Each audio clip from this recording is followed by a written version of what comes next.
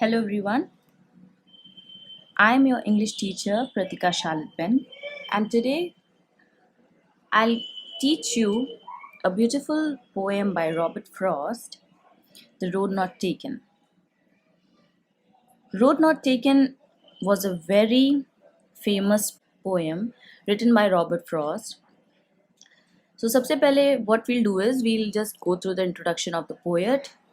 उसके बाद हम धीरे धीरे जस्ट ले लेंगे पोएम में क्या मैसेज देना चाह रहे हैं poet, and then we'll look into the difficult words, and then what will happen is we'll go through the summary and I'll give you the explanation line by line as I read the poem. There are different figures of speech which the poet has used very beautifully in this poem. So what we'll do is we'll see that also along with the rhyming scheme. So let's begin the poem. Before that, I'll go with the introduction of the poet. Robert Frost was born on 26th March 1874. Students, kindly note down all these important information, as these informations are very important for you while you write your summary of the poem. So this poet, he was born on 26th March 1874 in San Francisco, California, and he died on January 29th, 1963, Boston, Massachusetts. Some of Frost's most well-known poems include The Road Not Taken, which we are going to study. The other one is Birches, Fire and Ice, Home Burial, etc. So, in this poem, the poet has mentioned about that the life is full of choices. हमारी जो ज़िंदगी है वो बहुत सारे choices, हमारे पास बहुत सारे alternatives होते हैं, हमारे पास बहुत सारे ऐसे times आते हैं जब हमें कोई decision लेना होता है, तब हमारे पास ये चुनना होगा, alternatives होता है, चाहे हम ये चुने चाहे हम वो चुने. तो ये choices जो हम लेते हैं वो हमारी ज़िंदगी में बहुत मायने रखता है. तो यहाँ पे पोएट बेसिकली इस पोएम से हमें ये समझाना चाह रहे हैं कि ये जो पोएम है, it is basically about the journey of life. It is actually about the journey of life where two roads diverge into a yellow woods symbolises a person's life. तो दो रोड्स जो डाइवर्ज करते हैं, diverge is like separated into different directions.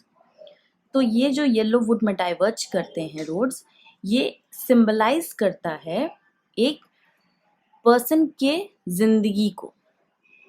ठीक है, अब हम इस पोएम को जानेंगे, इस पोएम को हम रीड करेंगे, then we'll find out what it basically is about. Here the poet has written this poem. ये एक आपके लिए एक इम्पॉर्टेंट फैक्ट हो सकता है.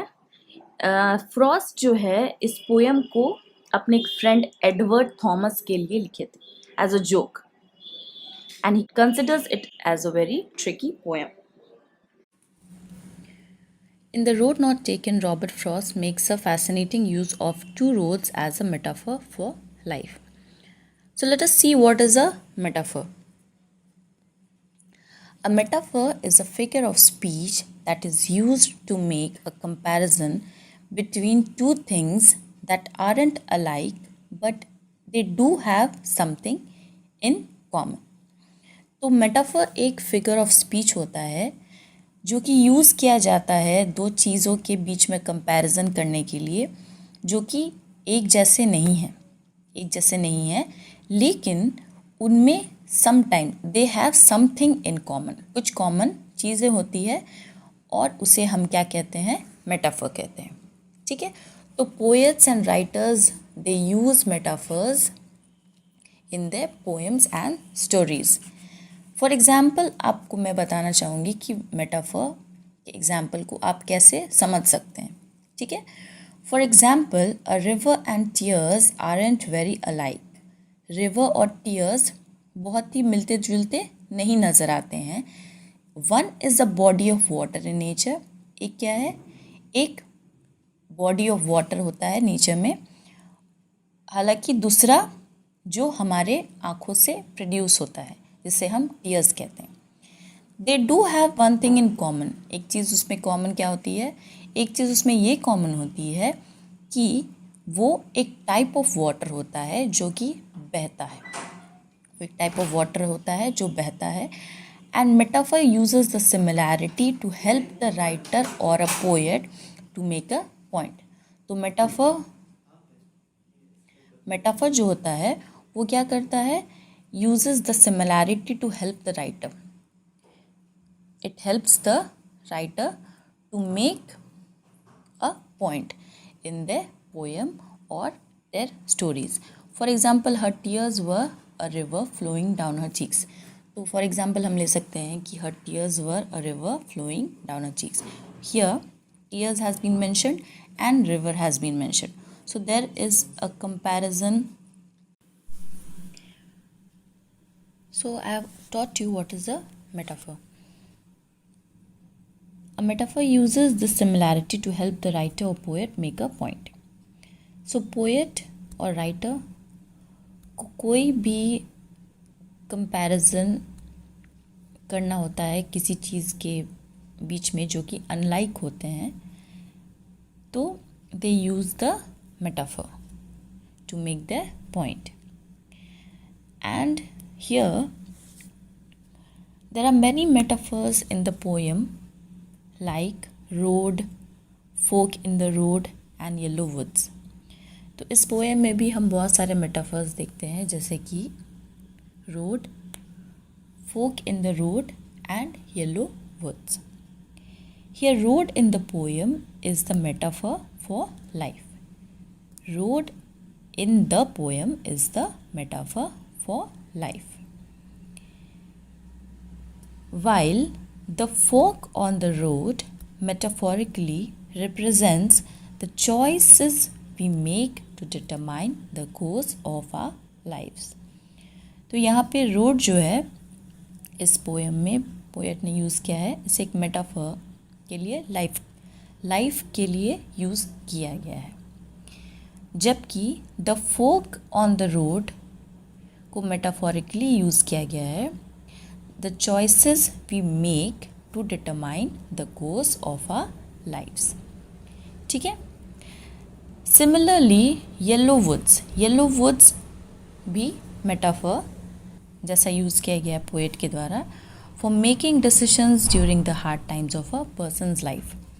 तो metaphor को भी हम पोएट ने यूज़ किया है जब हम कोई भी decisions लेते हैं लाइफ में during hard times of a person's life, जबकि बहुत ही डिफ़िकल्ट लाइफ चल रहा होता है कोई भी इंसान के लाइफ में, तो उसे भी पोएट ने ब्यूटीफुली मेटाफर के थ्रू उसे कंपेयर किया है। ठीक है। Now these metaphors in the poem emphasizes the importance of different decisions we make in different situations and their impacts on our lives. तो ये जो मेटाफर्स इस पोएम में यूज़ किया गया है वो एम्फसाइज करता है वो इम्पोर्टेंस का जो डिफरेंट डिसीशंस हम अपने लाइफ में लेते हैं, डिफरेंट सिचुएशंस में लेते हैं और उनका क्या इम्पैक्ट होता है हमारे लाइफ में। ठीक है। So here we have seen the metaphors. Now let us look into the rhyming scheme. The rhyming scheme of this poem is A, B, A, A, B. Now I'll tell you the explanation later on how it is A, B, A, B. Now let us know more about what is in the poem. So here the poet is standing at a junction. Poet जो है, सबसे पहले हम जान लेते हैं थोड़े से इस पोएम के बारे में कि इस पोएम की कहानी क्या है. तो पोएट जो है वो एक जंक्शन पे खड़े होते हैं in a yellow forest. So yellow forest का हम अर्थ निकाल सकते हैं that it is the time of autumn season, it is the time of autumn season and the two roads are branching out in two different directions. दो roads जो हैं वो ब्रांच आउट क्या कहाँ कर रहे हैं, वो दोनों डिफरेंट डायरेक्शंस में ब्रांच आउट कर रहे हैं and he is the only single traveller and he can not travel on both roads. जब इंसान अकेला होता है तो अगर हमारे बीच में दो रोड्स आते हैं तो we can not travel on both, that is a common sense. We have to take one road, दो रास्ते पे हम एक साथ नहीं चल सकते।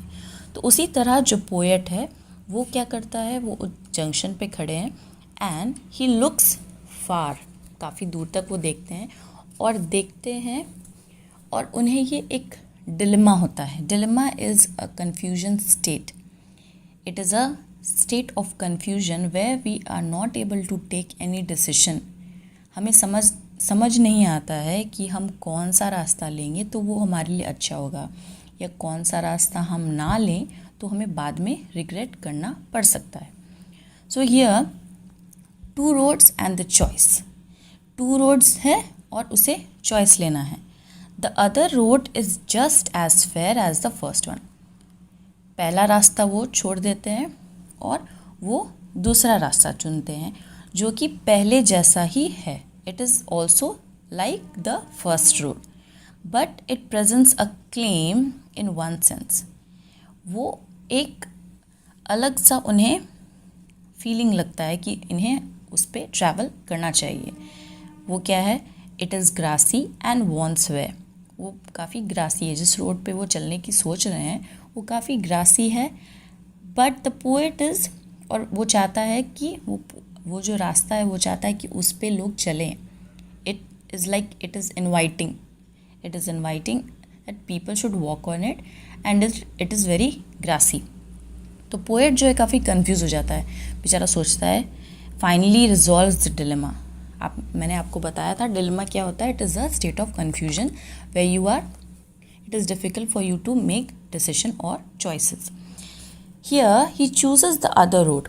वो क्या करता है, पहले रोड भी उसको अच्छा ही लगता है but he keeps that first road for the other day. Okay, first road को दूसरे दिन के लिए रखता है और उसे हो सकता है ऐसा भी फील हो कि हो सकता है बाद में उसे चांस नहीं मिले पहले रोड पे चलने का, लेकिन वो उसको रिजॉल्व करता है और दूसरे रोड पे चलने की सोचता है। ही chooses the other road because it is less travelled. तो ऐसा लगता है कि हाँ, ये जो सेकंड रोड है वो काफ़ी कम लोग इस पर ट्रैवल किए हुए हैं और वो उसी रोड पे चलने की सोचता है। He leaves the first road for the other day. तो वो दूसरी जो फर्स्ट रोड है वो उसको दूसरे दिन के लिए वो रहने देता है। Now the poet has a genuine doubt.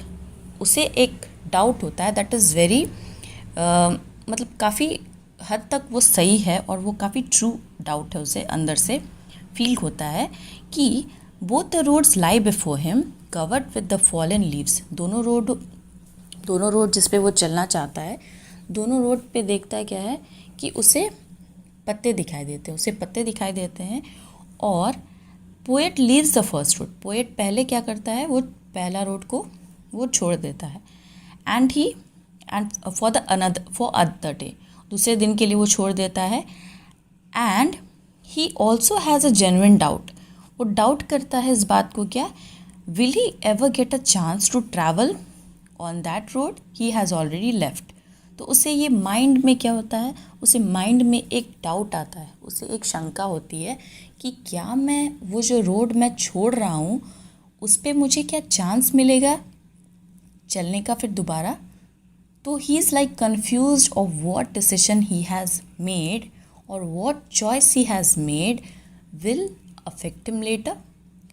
सो यहाँ पे वो कन्फ्यूज्ड है और वो डाउट उसे मन में आता है। ठीक है, now choice that he has made all the difference. जो चॉइस वो उसने लिया है वो एक डिफरेंस क्रिएट करता है। क्या डिफरेंस है, it is very difficult to say whether the road we have chosen will lead us to the desired end. तो ये बहुत ही मुश्किल होता है कहना कि जो रोड हम ट्रैवल कर रहे हैं या ट्रैवल करना जा रहे हैं, तो किस रास्ते पे वो हमें ले जाएगा, या हमारा जो लक्ष्य है या डिज़ायर्ड एंड जो हम चाहते हैं वहाँ तक हमें ले जाएगा. It is very difficult to decide on the spur of the moment. तो ये बहुत ही मुश्किल हो जाता है हमें ये जानना या ये डिसाइड करना उसी क्षण में डिसीजन लेना बहुत ही मुश्किल हो जाता है कि कौन सा रोड हम लें या कौन सा रोड हम ना लें.